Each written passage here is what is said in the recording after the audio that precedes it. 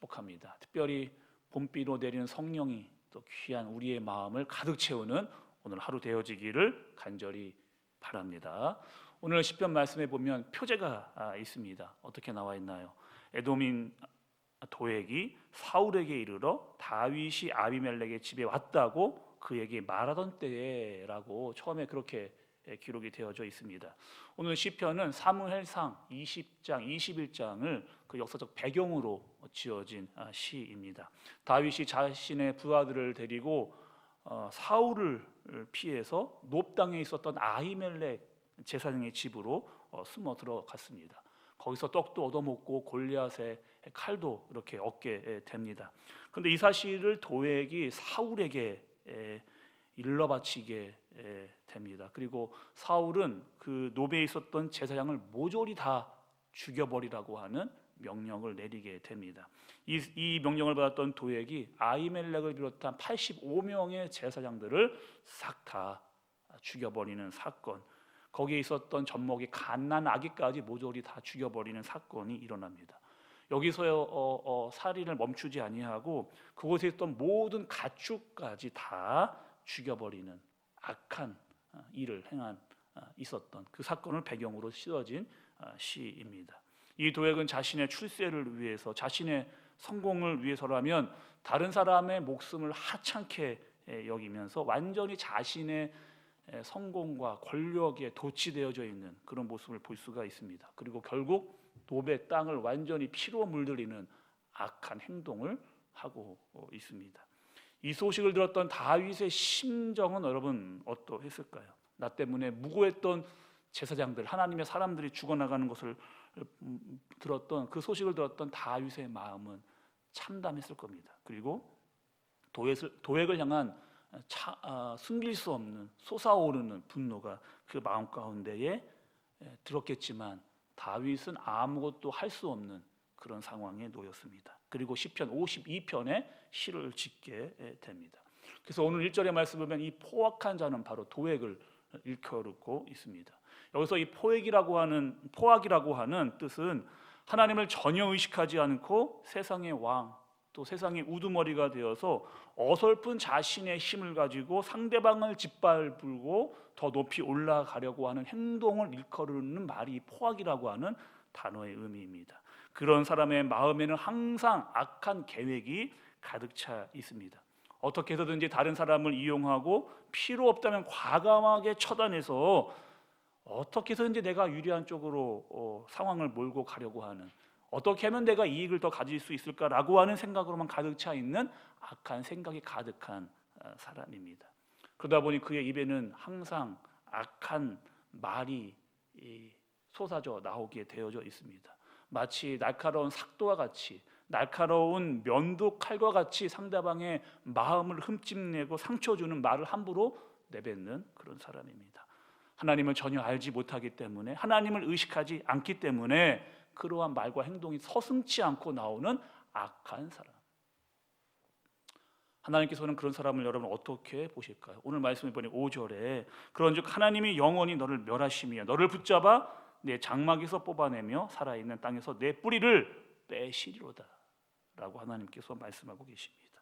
너를 멸하고 너를 붙잡아 너를 뿌리채 뽑아버리겠다, 이 악한 자가 당하게 될 멸망의 말씀입니다. 지금 세상의 악한 사람들, 포악한 사람들이 우리가 보기에 더 잘 나가는 것 같습니다. 악을 행함에도 불구하고 우리보다 더 빠르게 앞서가는 것 같고 우리보다 더 많은 것을 갖는 세상처럼 보이지만, 그러나 하나님께서 공의의 하나님이시기에 그들을 가만두지 않겠다라고 말씀하고 계시는 그런 내용입니다. 여러분, 다윗의 심정은 어떠했을까요? 악한 사람들로 억울한 일을 당했지만 오늘 8절의 말씀을 보니 다윗의 마음의 상태가 나오는 것을 볼 수가 있습니다. 8절에 보니 그러나 나는 하나님의 집에 있는 푸른 감람나무 같으며 하나님의 인자하심을 영원히 의지하리로다 라고 고백을 합니다. 나는 어떤 사람이라고요? 하나님의 집에 길리우는 푸른 감람나무와 같은 사람이다. 여러분, 집에서 길리워지는 화초는 어떠합니까? 주인이 때때마다 물을 줍니다. 그리고 햇빛이 잘 드는 창가에 화초를 놓아 햇빛이 잘 받을 수 있도록, 때를 따라 물을 주고 햇살을 잘 받을 수 있게끔 항상 이 주인이 화초를 볼 때마다 신경 쓰는 것을 볼 수 있습니다. 나는 그런 주인이 신경을 쓰는 푸른 감람나무와 같다라고 다윗이 고백을 하고 있는 그 고백. 여전히 사울의 매서운 추격이 계속되고 있습니다. 자칫 잘못하면 나의 목숨과 내가 데리고 있는 모든 사람들이 죽어나갈 수도 있는 상황. 그렇다고 먹을 것도 넉넉지 않아 몸과 마음이 완전히 지쳐있는 자신들의 무리들이 있습니다. 거기다가 포악한 사람마저 나의 마음을 심히 아프게 하고 상하게 하고 있는 그런 상황에 놓여 있는다 할지라도 나는 어떠한 사람인가? 하나님 집에 길리워지는 푸른 감람나무와 같은 사람이다 라고 다윗은 고백하고 있는 겁니다. 하나님의 집에 길리워지는 푸른 감람나무는 시들지 않는 그런 나무입니다. 하나님이 길리우고 먹이우고 보호하기 때문에 그 잎사귀가 마르지 아니하고 날마다 푸르러질 수가 있는 것이죠. 그리고 끝까지 나는 하나님의 공의를 의지하면서 비록 내가 억울하고 포악한 사람의 상처를 받았지만 하나님께서 나를 보호하고 주님의 집에 거하게 하시기 때문에 나의 영혼은 날마다 푸르러지고 푸르러진다라고 다윗은 고백하고 있습니다. 내가 비록 쫓기는 삶을 살아도 당장 내 눈앞에 보이는 것이 없다 할지라도, 나 때문에 어려운 일이 생긴 일들이 있다 할지라도 내가 계속해서 그 절망과 두려움 가운데 빠져 헤어나오지 못하는 사람이 아니라 하나님이 집에 거하며 날마다 나의 영혼이 푸르르고 푸르러진다라고 하는 다윗의 이 고백이 오늘 여러분의 고백과 찬양이 되어지기를 간절히 바랍니다. 여러분, 시편 1편에 나오는 시냇가에 심겨진 나무도 마치 이 말씀과 잘 일맥상통한 내용을 보여줍니다. 하나님의 창조물로 시냇가에 심겨진 나무로 하나님께서 먹이고 입히고 날마다 그 잎사귀가 푸르고 때를 따라 아름다운 과실을 맺게 하시는 시냇가에 심겨진 나무. 그 사람은 어떠한 사람입니까, 여러분? 복이 있는 사람입니다. 복이 있는 사람.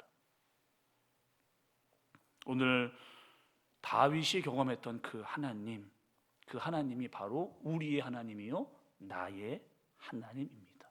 내 마음이 상해져 있고 때로는 억울한 일을 당해 어떻게 내 마음을 표현할 길이 없는 마음의 상함과 아픔과 절망과 고독과 외로움이 있는다 할지라도 나는 그 상황 가운데 거해 있지 아니하며 날마다 주님의 집에 길리워지는 푸르고 푸른 감람나무와 같은 영혼처럼 살아나는 여러분 되어지기를 간절히 바랍니다.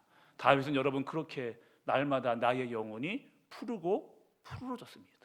그 영혼으로 사람을 만나고 관계를 형성하고 나라를 다스릴 수가 있었던 것입니다. 그 힘은 어디서 나온다? 나의 힘이 되신 여호와께로부터 그 힘이 나오게 됐습니다. 주님이 계시기에 내가 주님의 집에 거하기 때문에 주님의 인도와 보호함을 받을 수 있었기 때문입니다.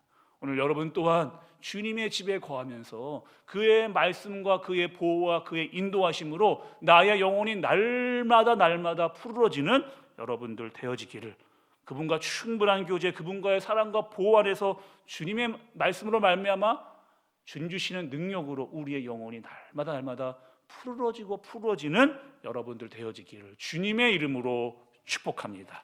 기도하겠습니다. 하나님 아버지, 세상에 포악한 일들이 너무나 많이 일어납니다. 세상의 욕망과 성공에 취하여 무엇이 중요한지 모르고 살아가는 사람들이 있고 그들로 인하여 상처받는 영혼들이 너무나 많습니다. 그러나 하나님, 그러한 일을 혹여나 우리가 만나 외롭고 상처받고 힘들다 할지라도 우리는 그 속에 갇혀 아무것도 못하여 절망 가운데 있는 자가 아니라 주님의 집에 거하는 자, 주님의 주님께 영혼을 맡기고 날마다 푸르러지는 주님의 능력을 가진 자로 살아갈 수 있도록 주님께서 인도하여 주옵소서. 오늘 하루도 주님의 보호와 인도하심 아래 우리의 삶과 영혼이 푸르러지는 그런 하루를 살아가게 하여 주시옵소서. 하나님, 귀한 예물 일처 번제의 마음을 담아 간절한 예물 주님께 올려드립니다. 주님 받으시고 때를 따라 돕는 은혜를 주님 내리어 주시옵소서. 계속해서 가지고 나온 기도의 제목들을 가지고 자신과 가족들, 교회와 담임 목사님, 나라와 선교적을 위해서 시간 주여 3번 부르고 함께 기도하도록 하겠습니다. 주여, 주여.